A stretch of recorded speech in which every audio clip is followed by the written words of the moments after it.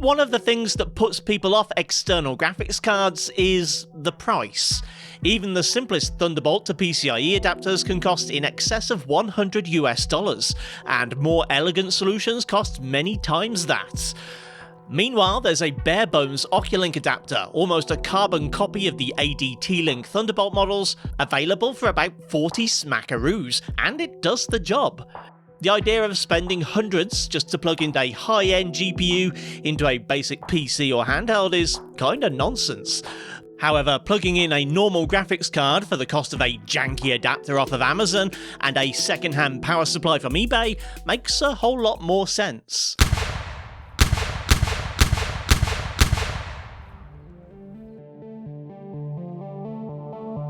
For a more sensible solution to the eGPU problem, it also makes sense to test with a more realistic kind of PC. The model I was provided for this video is an AooStar GEM10. I don't think they ever intended that to be said out loud, did they? Featuring a Zen 3 refresh CPU, the 8-core 35-watt Ryzen 7 6800H.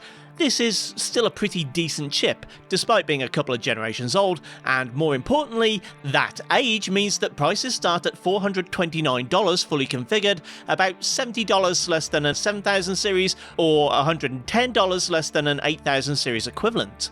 As well as having a Thunderbolt port for pairing up to one of the aforementioned expensive docks, it has the Oculink port I need for connecting the cheap Amazon dongle.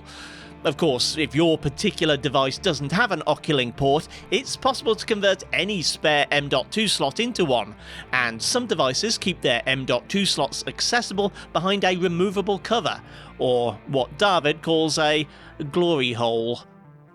So far I've been testing eGPU solutions using an RTX 3080 Ti, which is a great card for finding out what Oculink and Thunderbolt are capable of, but not in keeping with the spirit of this particular video.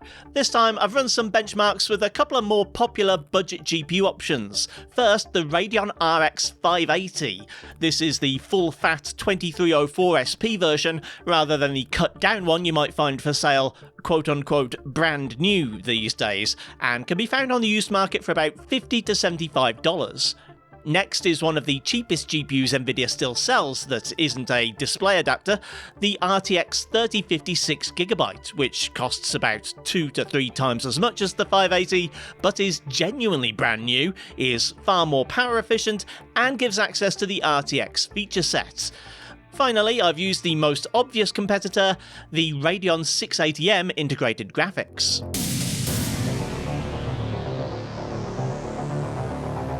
My game selection for this video is a little less contemporary than I'd usually pick. My first title for testing was Elden Ring. Without modding, this game has a 60 FPS cap that kinda makes it a bit rubbish for benchmarking, so I chose settings I felt would challenge all 3 GPUs. The integrated graphics are up first, and at 1080 high they still prove capable, averaging 34 FPS. You could no doubt drop quality and resolution to get up to the frame limit, but not only is that no fun, it also ignores the pretty poor frame pacing. Adding the RX 580 brings the average frame rate up to 53, more than 50% higher than the iGPU and far smoother in terms of frame times. Getting to the 60 mark would still involve dropping to medium, however, and the best experience, of course, comes from the RTX 3050. It's still not a perfect 60, however. There are just enough slowdowns to bring the average to 59 FPS, with lows of 51.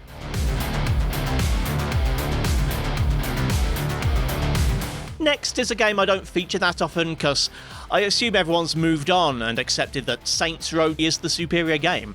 GTA 5 is ridiculously easy to run, however, and even with the quality sliders set to very high and resolution at full 1080p, the Radeon 680M iGPU is doing its ancestors proud. 52 FPS is perfectly acceptable in these conditions, and there's plenty of room to drop settings to help achieve 60. However, the advantage of the eGPU is that it can help run at high FPS without sacrificing resolution or performance, and even the bargain-priced RX 580 can handle GTA at this level.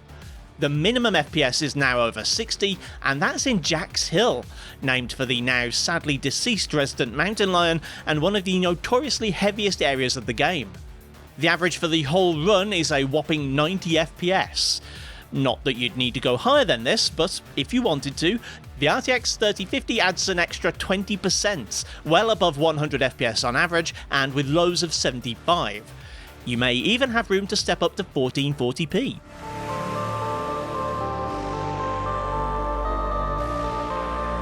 Horizon Zero Dawn has just received the remaster treatment, and I don't yet know what that means for performance. However, the original version of the game is still pretty heavy for the integrated graphics, and at 1080p original settings, implied to be the equivalent to the PS4 version of the game, the APU averages just 45 FPS. The RX 580 gives a healthy boost, bringing the average up above the 60 mark, but still leaving something to be desired in terms of 1% lows. The RTX 3050 does the trick, giving almost 40% more performance on average and lifting the minimums up above the 60 mark.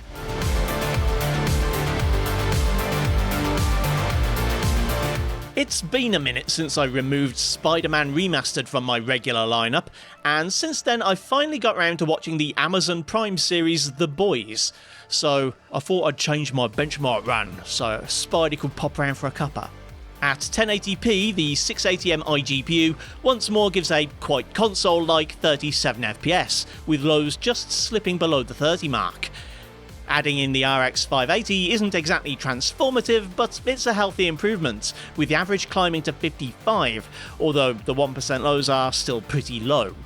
The RTX 3050 gains a whopping 50% over the Radeon, jumping up to over 80 FPS. 1% lows of 45 are still a bit disappointing, and some of this can be blamed on the 35-watt CPU, but it's mostly the game's fault. Even with a desktop CPU, frame pacing in certain parts of this city can be diabolical.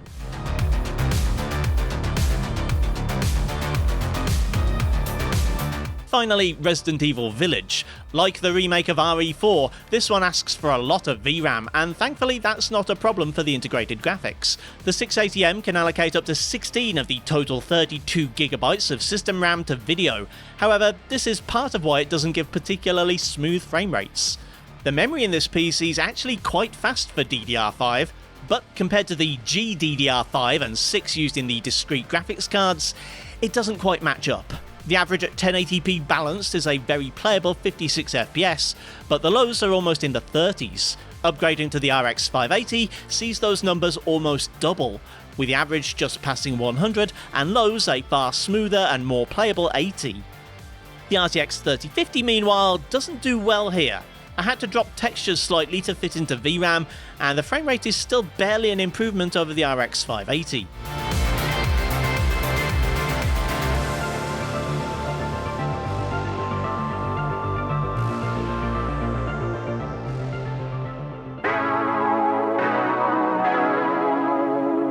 Integrated graphics continue to improve, to the point where older GPUs like the RX 580 might not make sense to plug into one of the latest generation of handhelds or mini PCs. In fact, once FSR 4 hits the market, even the RTX 3050 might be a waste of money. But that misses the point. Owners of $1,000 micro machines shouldn't expect a performance increase from a $40 dongle and a 7-year-old mid-range graphics card.